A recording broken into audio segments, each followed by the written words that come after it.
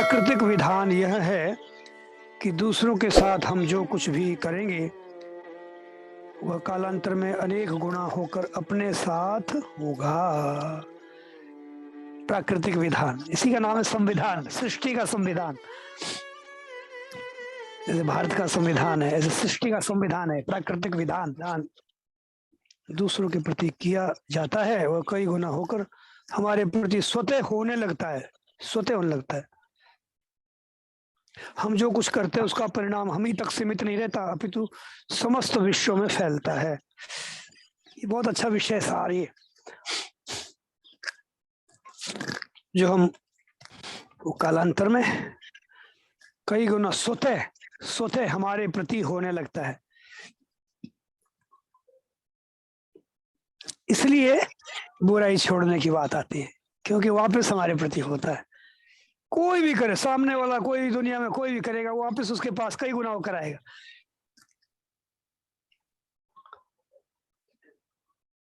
इसलिए किसी को हमें दंडित करने की जरूरत ही नहीं पड़ेगी, वो अपने आप दंडित हो जाएगा। अगर बुराई करता ना तो हमें जरूरत ही नहीं है, वो विधान बना हुआ है उसको दंडित करने का। वो स्वयं दंडित होने से तो बचे कम से कम।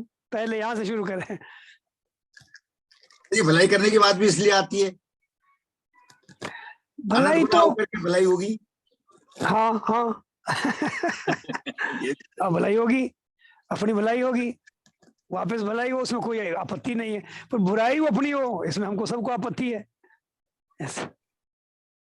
इस विज्ञान से, ये धर्म विज्ञान है। धर्मात्मा, इतने से धर्मात्मा हो जाते, संसार के प्रिय हो जाते हैं, विश्व प्रेम के पात्र बन जाते हैं, विश्व जय जयकार करने लग जाता है, उसको पसंद कर लेता है। बुराई रहित होना पूरे विश्व की सेवा है, पूरे विश्व की सेवा है।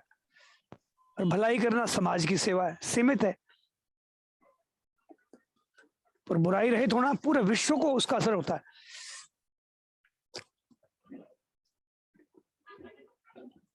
भलाई का असर तो सीमित ही होगा ना।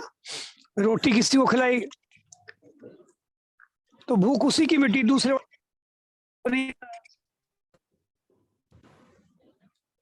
भलाई का प्रभाव सीमित होता है, बुराई रहित होने का प्रभाव असीम होता है, पूरे विश्व की सेवा है।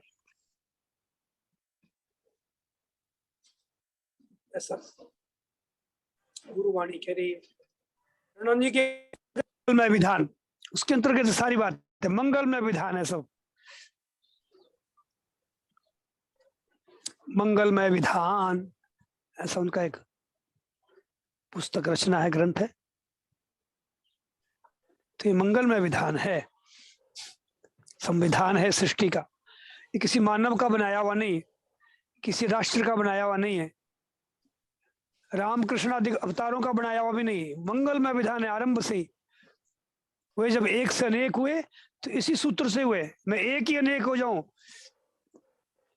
अब हाथ को पैर को सबको निर्देश दे दिया, मैं ही हूं ये सब, पर तुम एक दूसरे की हानि मत करना, नहीं तो तुम्हारी परिणाम में हानि होगी वो कई गुना, वो मेरी ही हानि होगी, और मेरी हानि होने से सबकी हानि है।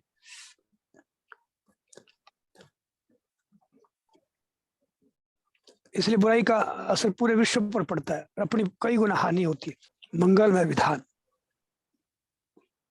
एक ग्रंथ है महाराज का, शरणानंद जी महाराज का। उसमें ऐसे सूत्र दिए मंगलमय विधान। क्या क्या मंगलमय विधान है? भोजन हम करते हैं, पचना मंगलमय विधान है। काम हम करते हैं, शुभ शुभ हम करते हैं, और उसका दुख सुख मंगलमय विधान है। ऐसे संसार में अपने साथ कुछ रहता ही नहीं है, ये मंगलमय विधान है। हमारे साथ कुछ नहीं रहता है, मेरा कुछ नहीं है, ये मंगलमय विधान है। ऐसी कई बातें इस तरह की है। तो मंगलमय विधान है।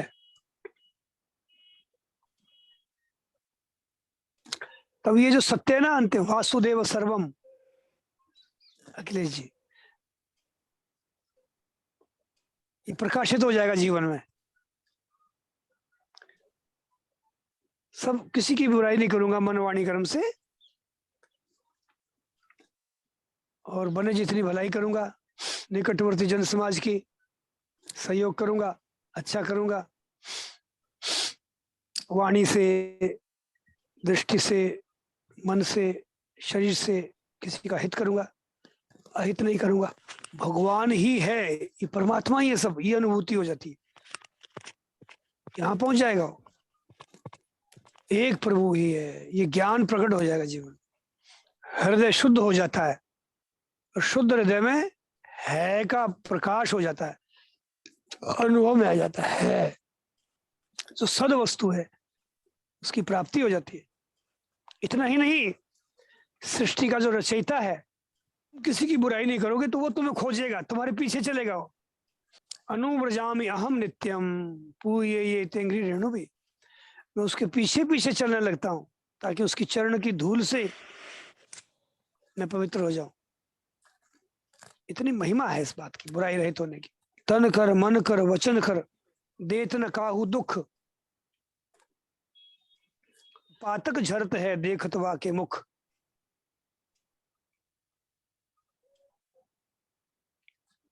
तन से, मन से, वचन से जो किसी को दुख नहीं देता,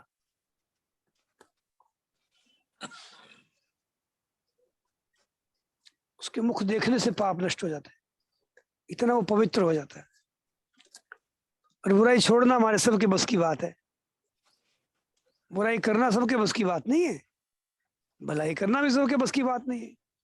ये योग्यता के ऊपर है सब, बुराई भलाई करना। सामर्थ्य हो तब बुराई कर सकेंगे, भलाई कर सकेंगे। तो बुराई छोड़ने में तो सामर्थ्य कोई जरूरत ही नहीं, तो आपका स्वयं का निर्णय है। अपने ज्ञान के प्रकाश में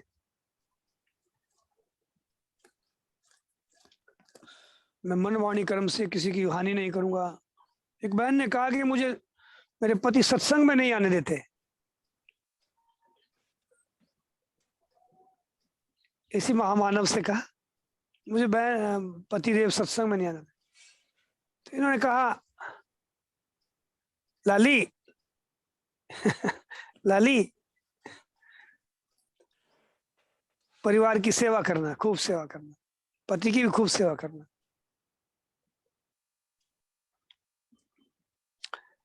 और जब वो प्रसन्न हो तब अपनी बात उनको कह दिया करो।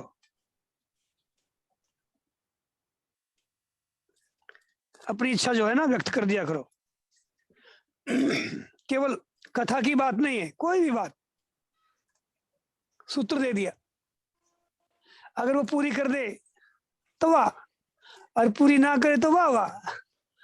तुम मन वाणी कर्म से बुराई रहित हो जाओ। सत्संग में आने से जो लाभ नहीं होगा वो घर में बैठे बैठे सिद्धि हो जाएगी तुम्हारे। सत्संग तो चर्चा है, वहां चर्चा में हम कहीं भूल भुलैया में पड़ जाते हैं, नींद भी आ जाती है, इधर उधर के नजारे भी देखने लग जाते हैं। वो तो एक परिस्थिति है, कोई चिंता मत करो। अगर सत्संग में ना आने दे तो घर में सेवा करते रहो और मन वाणी कर्म से बुराई रहित हो जाओ। वाह, बेड़ा पार। मन वाणी कर्म से तुम बुराई रहित हो जाओ। इतनी बड़ी बात है ये। एक बहन को ये उत्तर दे दिया, देखिए सुंदर सा समाधान दे दिया।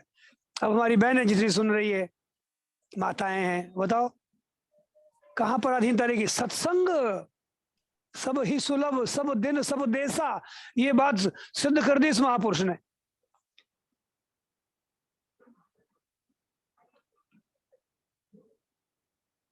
सबके लिए सुलभ है, सब दिन में, सब देश में। संत का समागम सब देश में, सबके लिए सुलभ है। इस महापुरुष की सत्संग करनियों में आज अभी सुलभ है।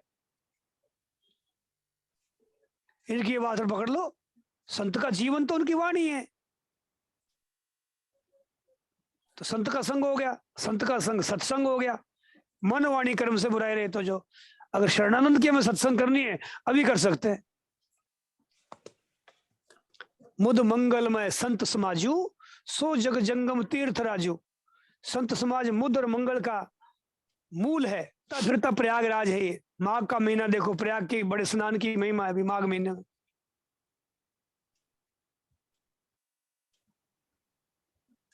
और संत समागम चलता फिरता प्रयाग है।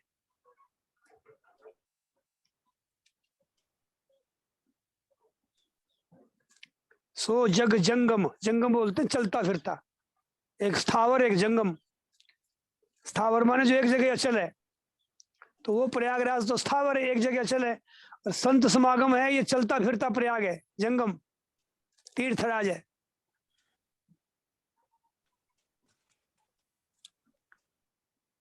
और प्रयागराज में जैसे 3 नदियां बहती है, गंगा जमुना और गुप्त सरस्वती है, ऐसे ही संत रूपी प्रयाग में भी 3 नदियां बहती हैं। वो समझने, जब बात कहते हैं तो सिद्ध भी करते हैं उसको। कैसे ये प्रयागराज है, प्रयागराज में 3 नदियां बहती है, यहाँ कौन सी 3 नदियां बहती हुई? इस संत रूपी सत्संग रूपी प्रयागराज में कौन सी 3 नदियां? तो बोले 3 नदियां इसमें, सुनो गिन लो। विधि निषेधमय कलिमल हरणी, विधि निषेध बुराई रहित भलाई, विधि है भलाई और निषेध है बुराई। तो निषेध का छोड़ना और विधि का करना, ये बुराई रहित भलाई, ये है जमुना जी। किसी की बुराई ना करना, बने जितनी भलाई करना, ये बात संतों के संग में मिलेगी। ये तो हमें क्या पता था क्या चीज होती है, क्या करना क्या नहीं करना, लगे हैं आंख मूंद के संसार में। गर्भ हत्या जैसे पाप, गोवध जैसे पाप, ये मानव कर रहा है। क्या क्या खा जाता है, जीवों को खा जाता है। क्या पता लगे जब तक संत ने की प्रोटीन दिखती है, उसमें जीव नहीं दिखता। ये तो संत समागम करोगे तो वो रहस्य बताएंगे क्या है।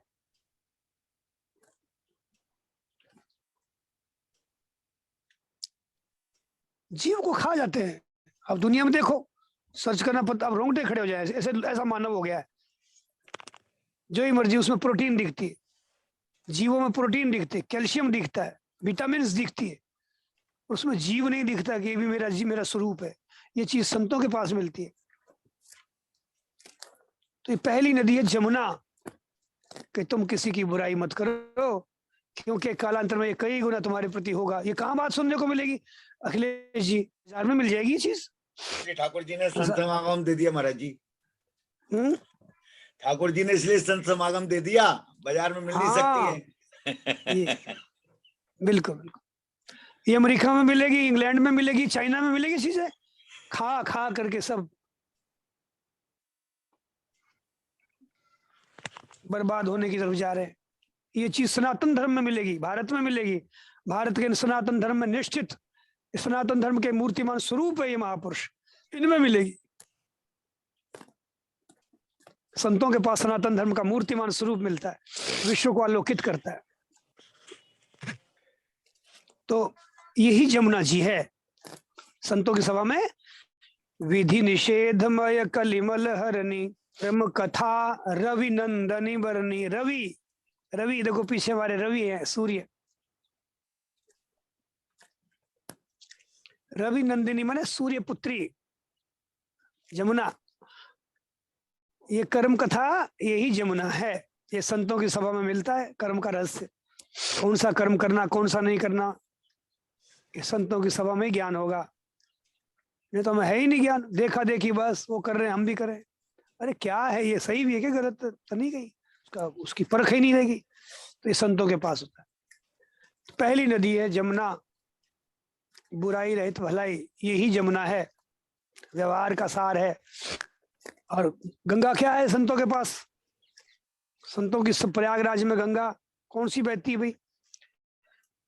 राम कथा, राम भगति जहां सुरसरी धारा। राम की भक्ति मिलती है संतों की सभा में, भगवान की भक्ति मिलती है, भगवान की कथाएं होती है, भगवान का गुणगान होता है, भगवान की महिमा गाई जाती है, भगवान के रूप सौंदर्य माधुर्य के अनंत अनंत गुणों की भक्तजन गाथा गाते हैं। संतों की सभा में ही होता है। राम भक्ति, ये सुरसरी की धारा है। सुरसरी माने गंगा, तो राम भक्ति गंगा है। ये दूसरी नदी हो गई। संतों की सभा में राम भक्ति की बात होती है। अच्छा, सरस्वती क्या है? राम भगति जहाँ सुर सरी धारा, सरसई ब्रह्म विचार प्रचारा। ब्रह्म के विचार का जो प्रचार है, ब्रह्म विचार है, ये गुप्त है भाई, है अनुभव गम्य है, ये नाम रूप आकृति, कोई कर्म नहीं है इसमें, ये गुप्त है सरस्वती की तरह। ब्रह्म विचार अनुभव गम्य है, ये इसको कहा सरस्वती। ब्रह्म का जो विचार है, आत्मा का जो विचार है, मैं हूं,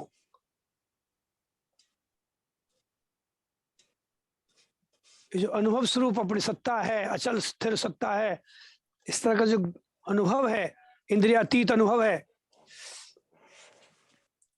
शरीर से परे जो अनुभव है अपना, अपने आप का, शरीर से हटकर, परे का मतलब हटकर, तो जो स्वयं का अनुभव है यही सरस्वती है।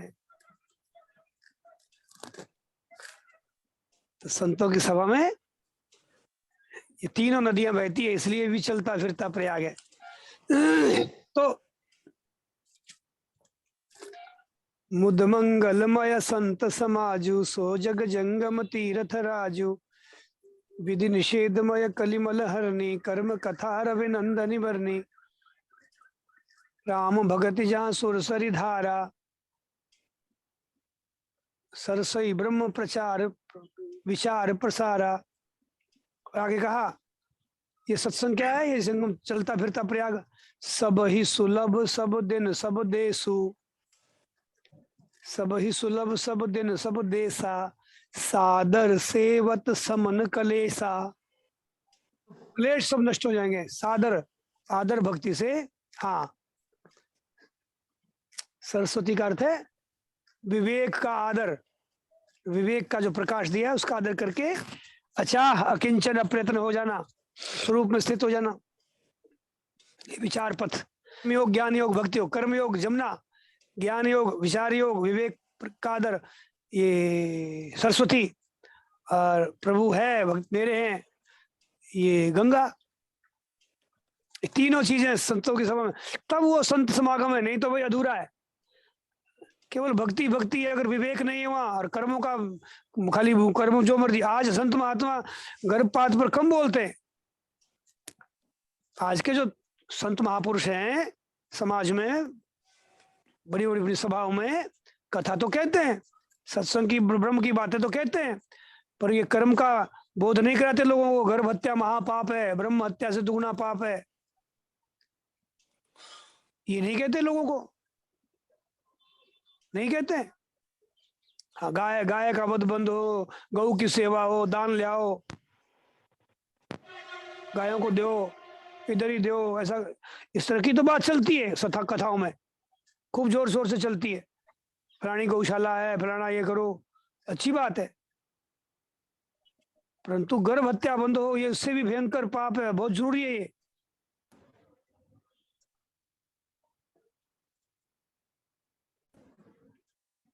इस पर कम बोलते हैं, इस पर भी बोलना चाहिए, नहीं तो उनकी सत्संग अधूरी है, अधूरी है, फिर वो प्रयागराज नहीं है, फिर पूर्ण संत समागम नहीं है वो।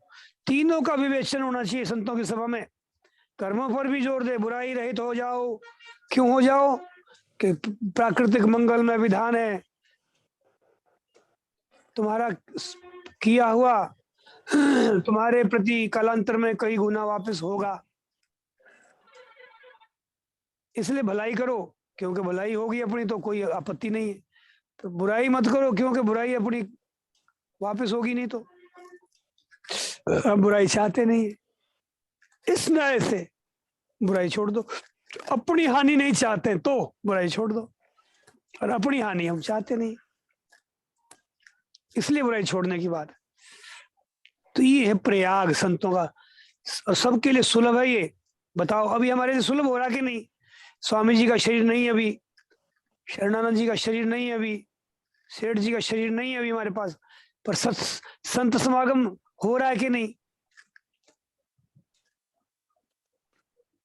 तो ये हमारे लिए सबके लिए सुलभ है, सबके लिए सुलभ है। सब दिन में, सब देश में, जब चाहे इन संत की वाणी का ख्याल कर लो, हो गया संत समागम।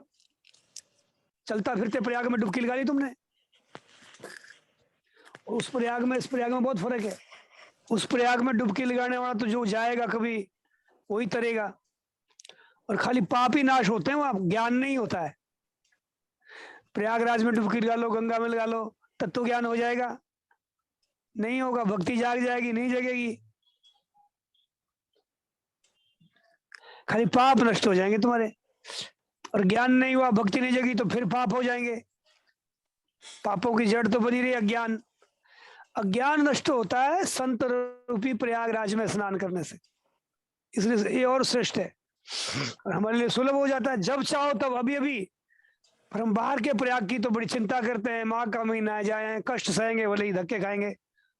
पर ये जो संत रूपी प्रयागराज है, इसकी वाणी को जीवन में रखा, उस प्रयाग से बढ़ करके इसका महात्म्य है। अब भी सुलभ है, अब भी विश्व का ख्याल नहीं करते हम, बाहर वाले प्रयाग में भागते रहेंगे, इस प्रयाग की ख्याल नहीं करते। सब ही सुलभ सब दिन सब देशा, सब दिन में सब देश में, माने सर्वत्र और सर्वदा, अभी और यही। ये अर्थ हुआ इसका। सब ही सुलभ, सभी के लिए, तो मेरे लिए भी। और सब दिन माने आज भी, अभी भी। और सब देशा माने उधर ही नहीं, केवल यहां भी।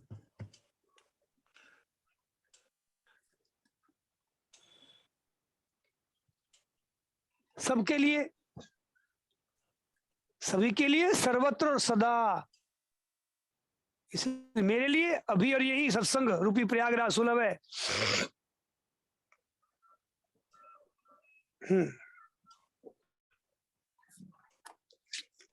तो ये प्रयागराज में स्नान क्या है कि संत का वचन बस जीवन में रख लो, हो गई डुबकी सदा सदा के लिए। जैसे संत ने कहा, बुराई रहित हो जाओ, मन वाणी कर्म से बुराई रहित हो जाओ,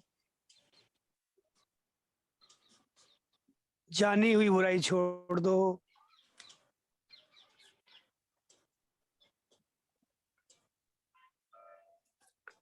तो केवल इन बातों को क्यों सुनना ही नहीं है? सुनना तो है ही, सुनने से ही होगा। ये सुनेंगे नहीं तो पता नहीं चलेगा। सुनना तो एक साधन है सत्संग का। ना जब जीवन बन जाता है तब सत्संग हुई। एक बहन बोली कि महाराज मैं तो किसी की बुराई नहीं करती हूँ, पर सामने वाले मेरी बार बार बुराई कर रहे हैं। आप कहते हो कि कोई बुराई करे तो उसको माफ कर दो, बदले में भलाई को, और बार बार ही कोई बुराई करे तो मैं तो नहीं करती हूँ बुराई, ध्यान देना। और सामने वाला बार बार बुराई कर रहा है, अब क्या कैसे पार पड़ेगी मतलब?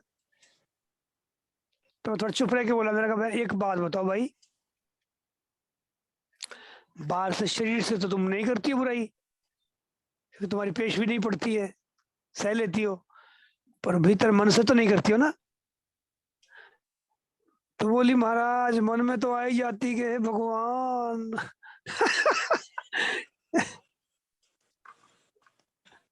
ये भी नहीं बहन भाई सुनो, ये भी नहीं आनी चाहिए, भला करे भगवान इसका। मन से भी नहीं आनी चाहिए। मन की बुराई और खतरनाक है, भयंकर खतरनाक है, शरीर से करी हुई बुराई से ज्यादा खतरनाक है। किसी को बुरा समझना ये मन की बुराई से भी ऊंची खतरनाक है। ये बहन बोले महाराज मैं बाहर से तो बिल्कुल नहीं करती, पर मन से तो आ ही जाता है, हे भगवान इसका। ये बहुत खतरनाक। आप बहन भाई देखो अपनी अपनी अब दशा का वो दर्शन करो, कहीं ये भूल तो नहीं कर रहे हम? किसी का मन से भी बुरा नहीं जानना, किसी को बुरा समझना ही नहीं। कोई मेरी पांथी आ रही है, कोई पहले की दी हुई इसकी बुराई हुई है, वो वापस दे रहा है, इसको सह लो एक बार, इसका भला हो। इसका प्रभाव देखना तुम, अगर इतना सा कर सको। सामने वाला है तो सुधर जाएगा, बुराई छूट जाएगी, या तो दंडित हो जाएगा, दंड मिल जाएगा उसको। दो बातें जरूर होगी। तुम सही अर्थों में बुराई रहते हो जाओ, मन वाणी कर्म से बुराई रहते हो जाओ। हमसे गलती यही होती है, ऊपर से तो कहते रहते हैं नहीं मैंने तो किसी का बुरा नहीं किया, मैंने तो किसी का बुरा नहीं किया, और भीतर मन में बवाल उठते हैं, हे भगवान हे भगवान। इसका ऐसा भीतर ही भीतर चलती है, कभी कभी मन को भी पता नहीं चलता। दूसरे की बुराई करके बड़ा मन को संतोष मिलता है। अब समझो खतरे से खाली नहीं है, अब तुम्हें चैन नहीं पड़ेगी। अंदर से करने में समाज का डर नहीं है ना महाराज। समाज का डर नहीं है, कोई जोर नहीं लगता वहां, कुछ नहीं लगता, मन चाहे बुराई कर लो, सोते सोते भी कर लो। सोते सोते जब चाहे आवे, लहर आवे, हे भगवान इसका सत्यानाश।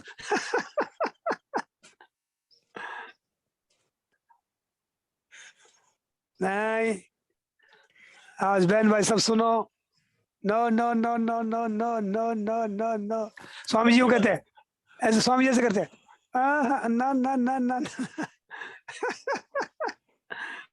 मन वाणी कर्म से बुराई रहते ना हो, क्योंकि फिर वहां पे हम परेशान होते रहेंगे। संत समागम है, इसी का नाम है सत्संग। इतिहास हमारे कथाएं भरी पड़ी, यही कथाएं कहती है, रामायण यही कहती है। हाँ, मन ही मन बुराई जो करना है वो बहुत घातक बुराई है, उसको भी छोड़ना है। शरीर से बुराई करने की अपेक्षा मन से बुराई सोचना ये और खतरनाक भयंकर है, हानिकारक है अपना।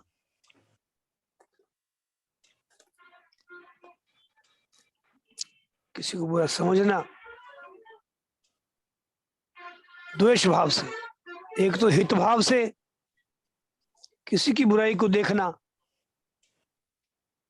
अरे किसी को बुरा समझने के भाव से किसी की बुराई देखना कि वो बुरा है, तो किसी को हित भाव से किसी की बुराई देखो।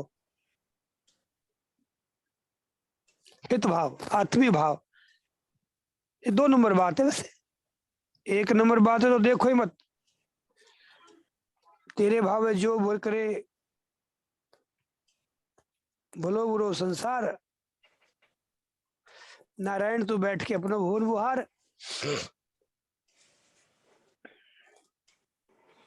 कोई बुरा है कि नहीं है इसका निर्णय हो जाता है, हम किसी को बुरा नहीं समझे, हमें अधिकार नहीं है।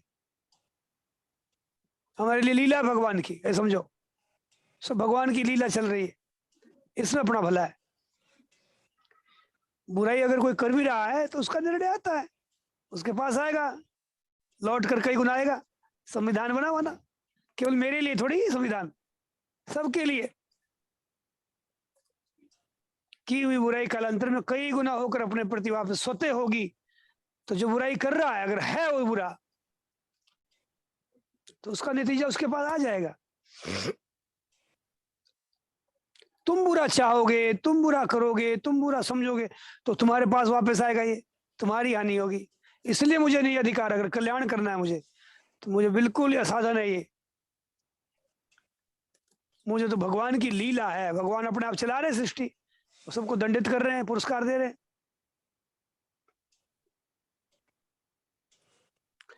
बहन कह रही गलत तो नहीं सोचते, गलत चाहते भी नहीं, गलत, परंतु उसके व्यवहार की बात करके दुख मनाते हैं।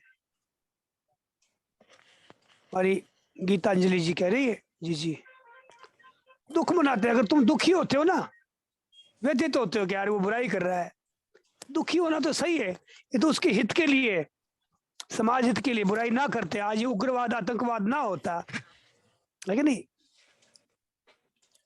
एक दूसरे देशों को लड़ाई ना होती, तो दुखी होना ये अच्छा है। तो पर द्वेष नहीं, दुखी होना अलग चीज है, करुणा है, और द्वेष करना तिरस्कार है, ये गलत है। द्वेष नहीं आवे, दुखी हो, ठीक है, व्यथा हो, बच्चा कोई गलत कर रहा है तो दुखी हो उससे, करुणित हो उसकी भूल को देखकर।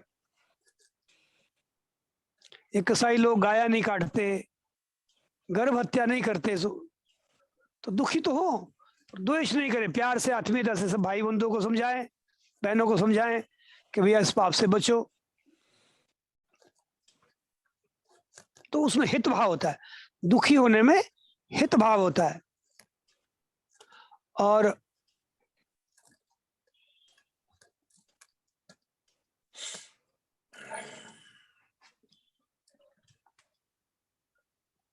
किसी को बुरा समझने में फिर उसका तिरस्कार होता है, उससे द्वेष बढ़ता है, क्योंकि वो स्वयं बुरा नहीं है, भूल से बुरा है, भूल से। तो स्वयं को किसी को बुरा ना समझे, भूल से बुरा है वो, बुराई भूल से आई है, तो उस भूल के लेकर के उससे द्वेष ना करें, बल्कि उसके लिए करुणा करें।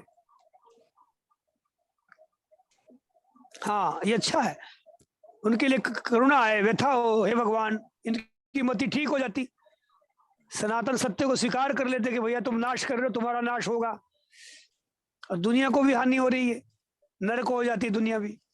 रावण को भी समझाया भगवान ने, प्यार से कहा मान जा रावण मान जा, 15 बार समझाया। तो पहले यही तरीका ठीक है, यही अधिकार है हमारा। खैर भगवान तो भगवान है, तब उसको मार ही दिया, तो नहीं माना, उसको नहीं मारा, उसकी बुराई को ही मारा। बताओ रावण को कहाँ मारा?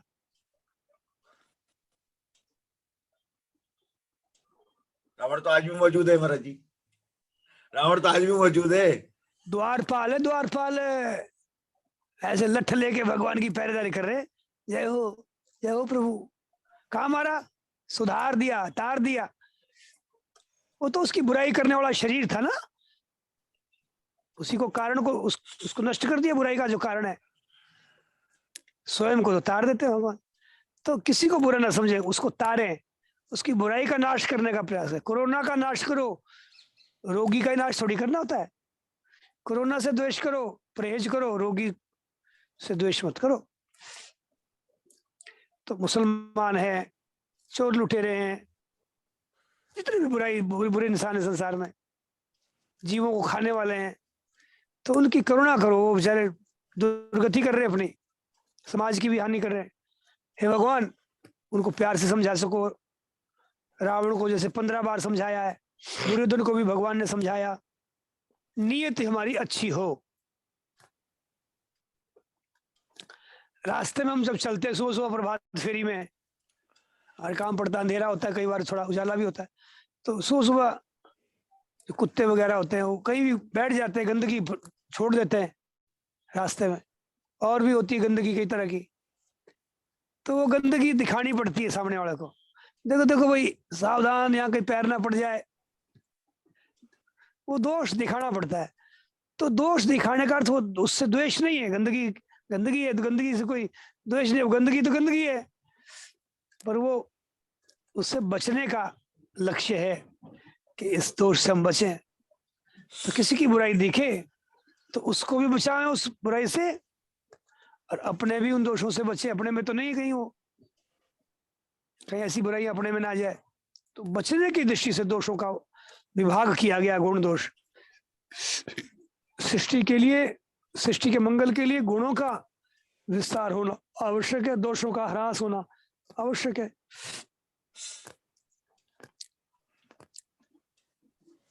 इसलिए गुण दोष का वर्णन है। पर अगर शीघ्र कल्याण करना भी अभी, तो दोनों को मत देखो, गुण यह उभय न देखिए, ये सो अविवेक। सुनहु तात माया कृत, गुण और दोष अनेक।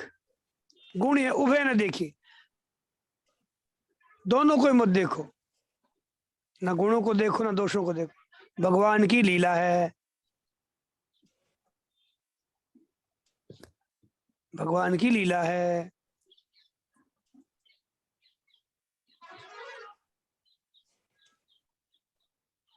हाँ हाँ, हमारे कौशिक भाई कह रहे हैं बुराई छोड़ने से राग रहित तो हो सकते हैं क्या? बहुत बढ़िया बात पूछी, बहुत बढ़िया। बिल्कुल सारे दोष मिट जाएंगे आपके, सारे दोष मिट जाएंगे। इतनी बड़ी बात है कि भगवान तुम्हारी चरण धूलि लेने के लिए ललायत हो जाएंगे। जब तुम किसी को बुरा नहीं समझोगे, किसी का बुरा नहीं चाहोगे, करोगे, तब तुम्हारा हृदय शुद्ध हो जाएगा।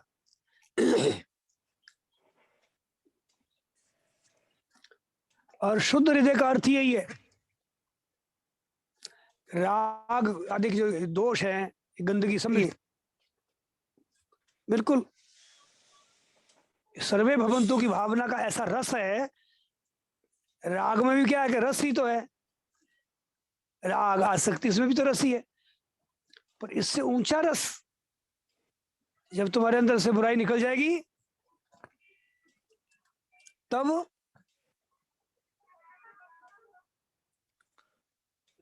हृदय शुद्ध हो जाएगा। शुद्ध हृदय में आत्मानंद का ही प्रकाश हो जाएगा, आत्म सुख बढ़ जाएगा तुम्हारा। और जिसके अंदर में आत्म सुख बढ़ जाता है ना, फिर वो संसार में जो सुख है उसके उपराम हो जाता है। राग जो है ना संसार का सुख है, उससे उपराम हो जाता है, उससे एकदम अतीत हो जाता है। शुद्ध हृदय में आत्मानंद, निज सुख बिन मन होए कि थीरा, रामायण का वचन है। निज सुख की प्राप्ति हो जाती है वैरहित होते ही। हृदय शुद्ध होने का मतलब क्या? निज सुख की प्राप्ति।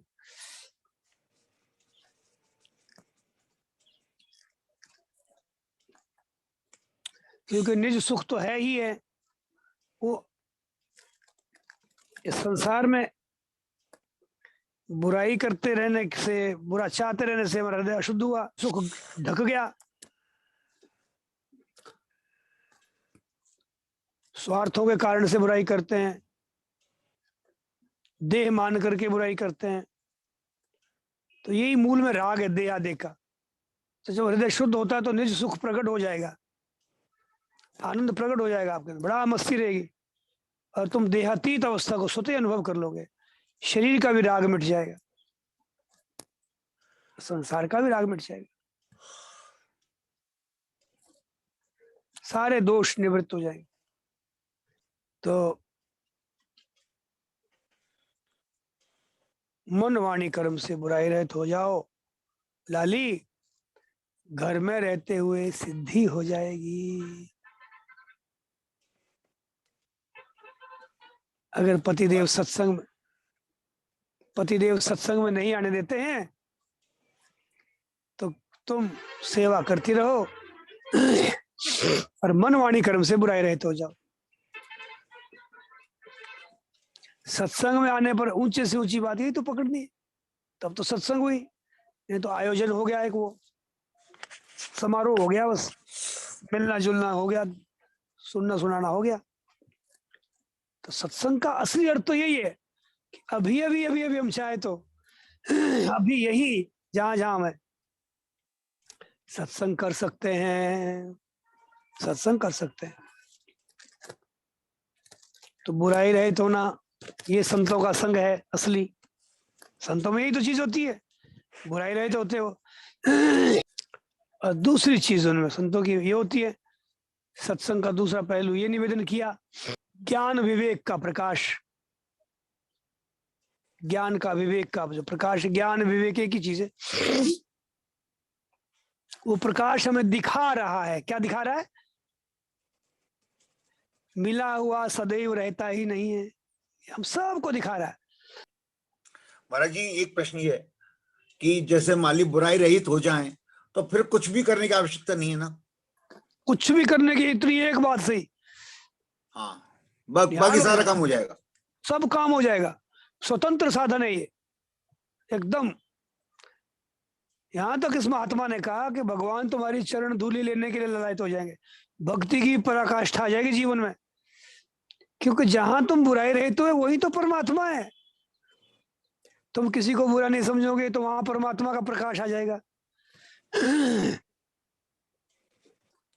परमात्मा छिप नहीं सकता तुमसे, दूर नहीं भाग सकता, जितना निकालोगे उतना धसेगा। बहुत बड़े भजनों की बात नहीं है, असली भजन करने की बात है। असली भजन है ये बुराई छोड़ना, क्योंकि जिसकी बुराई कर रहे हैं वहां भगवान है। दक्ष प्रजापति ने शिव जी से द्वेष किया, सारी दुनिया से प्रेम किया, नारायण को भी बुलाया, ब्रह्मा को भी बुलाया, नहीं आए वो, और उल्टा फल हुआ, यज्ञ विध्वंस हुआ, सिर कटा, बकरा बनना पड़ा। और जब शंकर भगवान से प्रेम किया, बाद में जब होश आया, तब नारायण प्रकट हुए।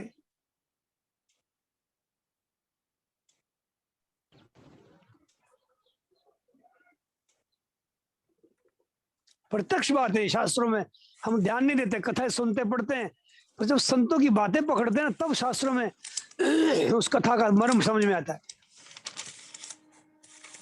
ये तो कथाएं पढ़ते रहते हैं, सुनते रहते हैं, सुनाते रहते हैं, अच्छा है वो भी अमृत है। उसमें से परम अमृत को ले लो, सत्संग का पक्ष ले लो, तो जीवन में सदा हम कथा मय हो जाएंगे, कथा राम एक हो जाएंगे, हमारा जीवन अपने आप में कथा हो जाएगी। केवल कहने की जरूरत नहीं रहेगी, हमारा जीवन ही कथा हो जाएगी। आज इन महापुरुषों का जीवन कथा हो गया कि नहीं? क्योंकि उन्होंने उस कथा के मर्म को पकड़ लिया। तो कथा का मर्म यही है। दक्ष प्रजापति कथा आती है भागवत में, तो उसका तात्पर्य ये है कि भैया तुम किसी की मन वाणी कर्म से बुराई मत करो, तो विनाश हो जाएगा। और बुराई छोड़ी जब मन वाणी कर्म से, नारायण प्रकट हुए, बिना बुलाए भगवान आ जाते हैं। ये अनुभव करना कि जो मिला वो सदैव नहीं रहता। अभी घंटे भर की सत्संग देखो, अब पूर्णता की ओर है, 5-7 मिनट रह गए, तो सदैव नहीं रहता, ये परिस्थितियां हैं। हाँ, इसका सार पकड़ लो, बस सदा के लिए रह जाएगा। इस चर्चा सदा नहीं होती रहेगी, समय बीत रहा है, तो इसका सार पकड़ लो बस। फिर कल भी सत्संग होगी, परसों भी सत्संग होगी, हर क्षण सत्संग होगी, सब ही सुलभ, सब दिन सब देसा। फिर ये चीज जीवन में आ गई है।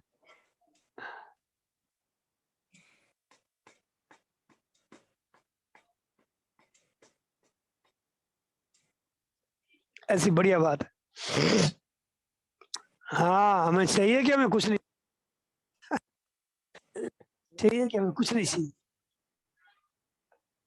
हमें यही चाहिए कि हमें कुछ नहीं चाहिए। हम यही चाहिए।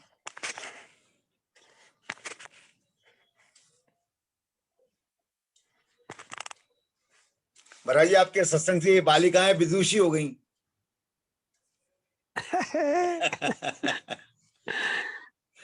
ये अपने चौके छक्के लगाती रहती है। कितनी बढ़िया बात है, बच्चे लोग जुड़ते हैं।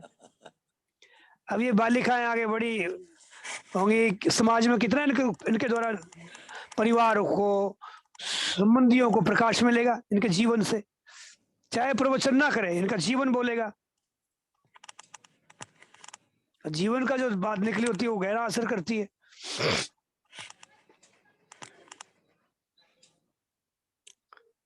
तो बहुत अच्छा है, बच्चे भी जुड़े हैं। भगवान का तुच्छ भगत हमारे बीकानेर से बच्चा जुड़ा हुआ है, और भी कई जुड़ते हैं। तो ऐसे सब जुड़े, ज्यादा से ज्यादा जुड़े। अपने सारी सुविधा तो है इसमें। पर इस समय बच्चों के आगे स्कूल वगैरह रहता है। इतनी अभी सर्दी में छुट्टियां होंगी महाराज शायद जी, सर्दियों की। इतनी सर्दी में 95 लोग, इतनी सर्दी पड़ रही हाँ, है, तो फिर भी काफी आया ना। सत्संग में आनंद हो रहे हैं। हाँ देखो, काफी लोग 100 के आसपास है आज। खूब सत्संग हो रहा है, सत्संग की गर्मी खूब मिलती जुड़ है रहे ना, हैं। इसलिए। तो ये बात बस। हाँ, गर्मी गर्मी असली गर्मी है जी, असली चीज है एकदम। तो मेरे बहन भाई बैठे बैठे चुपचाप गूदड़े में बैठे हो, बस तुम बुरा ही रहे तो क्या, कौन सा पसीना लगा बताओ? भलाई करने में इस समय गूदड़े से बाहर निकलना मुश्किल हो जाएगा आपको। अरे ठंडी बहुत है भाई रे, कहीं भलाई करा, कहीं बाजार जावा, चुप पड़े रहा। पर बुराई छोड़ना, मन ही मन छोड़ दो। अभी अभी बड़ा ऊंचा लाभ। मैं किसी को बुरा नहीं समझूंगा, किसी का बुरा नहीं चाहूंगा, किसी का बुरा नहीं करूंगा। शरीर से बुराई छोड़ने की अपेक्षा भी मन से बुराई छोड़ना ऊंची है, और मन से बुराई छोड़ने की अपेक्षा भी विचारों से बुराई छोड़ना ऊंची है।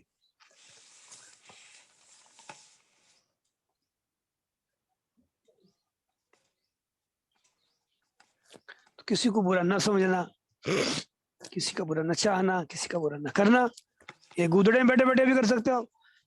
तुम बाहर नहीं निकल सकते हो, सत्संग में नहीं आ सकते हो, कोई बात नहीं, पड़े पड़े। हमारे भी एक साथी ऐसे ही है, वो मस्त रहते हैं, पड़े पड़े अपने मस्त। तो कोई जरूरत नहीं है सत्संग सुनने की, कोई बात नहीं।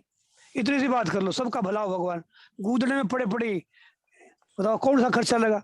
हे भगवान, सबका भला हो। कोई बुरा नहीं है। किसी के प्रति मन में बुराई आ भी गई, छोड़ दो। गूदड़े में पड़े पड़े सत्संग होगी, भगवान की अनुभूति हो जाएगी, हृदय शुद्ध हो जाएगा, कल्याण हो जाएगा। बढ़िया बात है। आनंद हो जाएगा। हाँ, मन ही मन बोलो, राम राम बोलो, बहुत बढ़िया।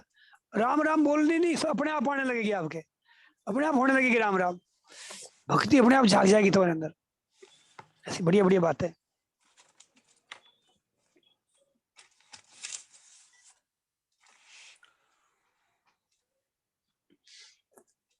भक्ति अपने आप भीतर में स्मृति जगेगी भगवान की। हाँ, शब्द भी, चेष्टाएं भी, भाव भी, विचार भी ब्रह्मांड में व्यापक होते हैं, और उसका उसको वो वापस हमारे प्रति होते हैं।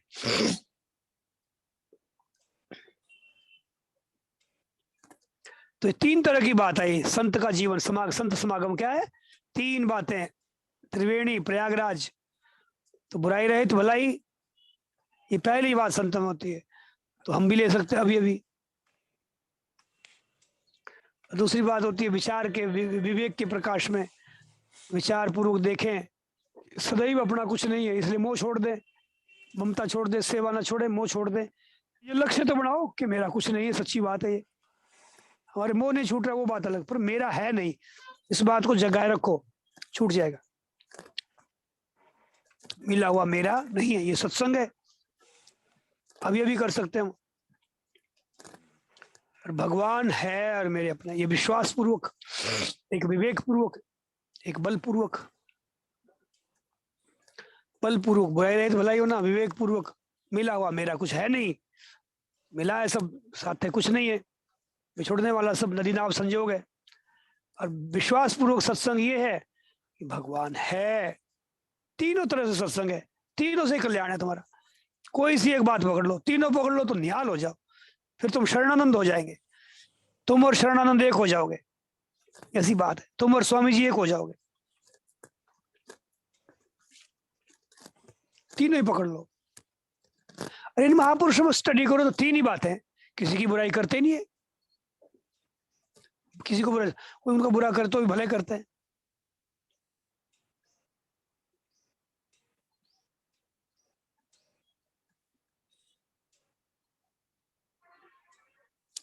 और कोई मोह रखते ही नहीं है, संसार में रहते कहीं ममता रखते ही नहीं है, कहीं पराधीनता रखते नहीं, गुलामी रखते नहीं किसी चीज की। ये ममता रहे तो ना, गुलामी है ममता में, मोह ममता में गुलाम हो जाते हैं हम, दुख पाते हैं, फिर पराधीन सपने सुख नहीं, और मेरा कुछ नहीं है तो आजाद हो जाते हैं, सुख ही सुख हो जाता है। तो ये दूसरी सत्संग है। और भगवान है ये विश्वास करके सत्संग है, भगवान को मान लेना है, मेरे अपने हैं।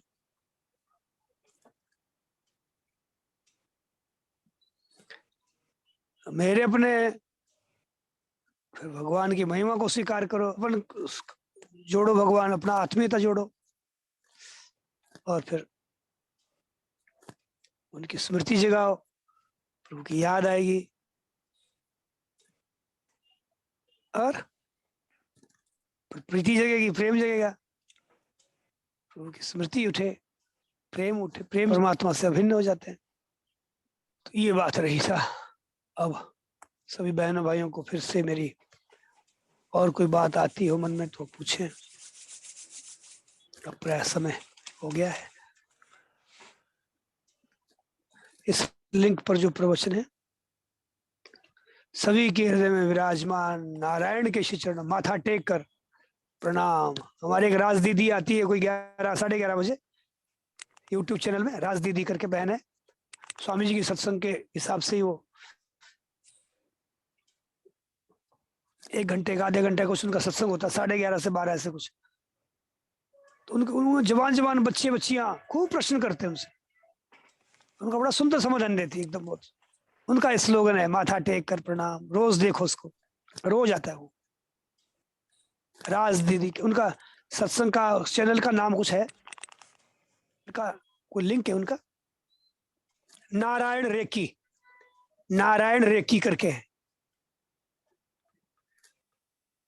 यूट्यूब चैनल पर, नारायण रेकी ये नाम है भूपेंद्र जी, नारायण रेकी सत्संग, ऐसा लिंक भी उसको उसका आता है, आप सर्च कर लेना। तो दीदी हमेशा बड़ा प्यार से कहती है सबको, सबने नारायण के चरणों को माथा टेक कर प्रणाम, सभी के चरणों में। किसी को जोड़ना हो तो लिंक आ जाएगा। उनका महाराज जी कामना पर जोर ज्यादा रहता है, कामना पूर्ति, संसार की कामनाओं की पूर्ति का उनका ज्यादा रहता है। हाँ, वो थोड़ी वो व्यवहारिक बातें ज्यादा कहती है। मतलब क्या है कि ऐसे लोगों में लोग इसलिए जुड़ते हैं क्योंकि वो कहते हैं कामनाओं की पूर्ति हो जाए। हाँ, कामनाओं की पूर्ति वाला क्या न्याय करेगा? हाँ सही बात, तो सही है। बच्चे लोग काफी जुड़ते हैं उनमें, तो बच्चों के लिए विशेष है, युवाओं के लिए विशेष है। अब क्या कि युवाओं को प्योर घी वाली बात एक बार समझ में नहीं आती है, ये बात, इसलिए इसमें कम जुड़ेंगे लोग। और उनको थोड़ा सा युवा साथी है, उनको थोड़ा भविष्य बनना है, तो उनके लिए विनम्रता, निर्विमानता, बुराई रहित होना, बुरा ना किसी का करना, बुरी निंदा ना करना, तुम बहुत अच्छे हो जाओगे, ये चीज उनके बुनियाद में भर देती है। वो मतलब बुराई रहित होने की बात उनके जसा देती है। हाँ, अच्छी बात। तो गुरु की बात भी मुझे ऐसी लगी, बच्चों के लिए अच्छी लगी वो, ताकि बच्चे एकदम इसमें जुड़ेंगे नहीं हमारी इन बातों में, गहरी बातों में। महाराज जी उसमें क्या है कि कामना इतनी पक्की हो जाती है, आदमी सोचता है कि कामना के लिए ये करो वो करो, फिर वो आगे तो बढ़ ही नहीं सकता है। मेरी अपनी मोटी बुद्धि से निवेदन कर रहा हूँ। हाँ, अच्छी थोड़ा बातें तो बढ़िया है, लेकिन अच्छी बातों में यदि कामना ही हो तो सब काम खराब हो गया। थोड़ा सा किसी तरह से बच्चों को, युवा पीढ़ी को ना इधर लाने के लिए थोड़ा अच्छा सत्संग लगा मेरे को। युवा पीढ़ी है आजकल, नहीं तो लगती नहीं इधर, तो किसी बहाने से वो लग जाते, तो आगे चल करके निष्काम भी आ जाएंगे। इस तरह से तो अच्छी लगी सत्संग, तो उसको भी बाकी अच्छा ठीक लगा। बस में थोड़ी बातें, युवा पीढ़ी, बच्चे, उनके लिए विशेषता से उसमें उनको बुलाया जाता है, उनको उनकी बातें होती है, वार्ता होती है। तो अपने जीवन के अनुभव, मैंने ये गलती की, मैंने ये गलती की, अब नहीं मैं करूंगी। बच्चियां मैंने बहुत सी सुनी, एक दो बार सुना मैंने चैनल, कभी समय मिलता है कभी नहीं, तो मेरे को ऐसा लगा भाई अच्छे बच्चों के लिए अच्छे है, छोटे बच्चे जुड़ेंगे, अच्छी बात पकड़ेंगे, तो कल को और अच्छे हो जाएंगे वो। उनको उनको लेकर के थोड़ा मेरे को ठीक लगा कि उनको महत्व दिया जाता है उसमें, बालकों की, बालिकाओं की बातें सुनी जाती है, और उनको फिर उस तरह से, तो उनमें एक बात बैठाई जाती है कि अब किसी का दोष नहीं देखना, यही बात उनको कही जाती है, तब तुम्हारे व्यवहार भी बहुत अच्छा हो जाएगा। तो इस तरह से स्वार्थ से उसकी बुराइयां छूट जाएगी ना, वो पक्ष मुझे अच्छा लगा ऐसा। नारायण नारायण नारायण नारायण। सभी बहनों भाइयों को बहुत बहुत धन्यवाद, सभी को, सभी के चरणों में माथा टेक करके मेरा प्रणाम नमन। अखिलेश जी को भी राधे राधे, सभी को राधे राधे। आपकी चरणों महाराज जी, माथा टेक कर प्रणाम, माथा टेक कर प्रणाम, राधे राधे। राधे राधे, जय श्री कृष्ण।